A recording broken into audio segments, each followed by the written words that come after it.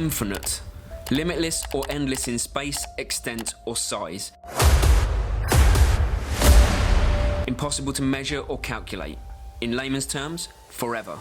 And yet the number one question I get asked as a coach and YouTuber is, when can I move up in distance or pace? How do I train for a 10K, half marathon, marathon? All perfectly normal questions, but all finite questions in an infinite game.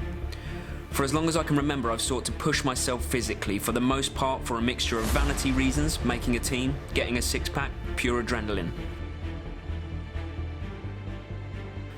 I've always run, always, but it was only when I started taking it seriously around 9 years ago did a subconscious shift start to happen about what I'm doing and why I'm doing it. You see, fitness and health is not a finite game. You can't win fitness, you can't win health. There is no end point, it is infinite. No race is the destination, not London, New York, Kona, the Olympic final, nothing. They're all moonshots, perhaps long-term goals, but still finite, still with an endpoint, in an infinite game. I've been lucky enough to compete in triathlons, won age groups, run and won races, run marathons, ultra marathons, competed for GB in my age group, all things I'm immensely proud of, but all finite pursuits in an infinite game. See where my medals are. Even my longest term goal of being world champion in the 90 to 95 age group has an end point, but I'm not attached to it. In an infinite game, you play with a resolve simply to always be the best you can be.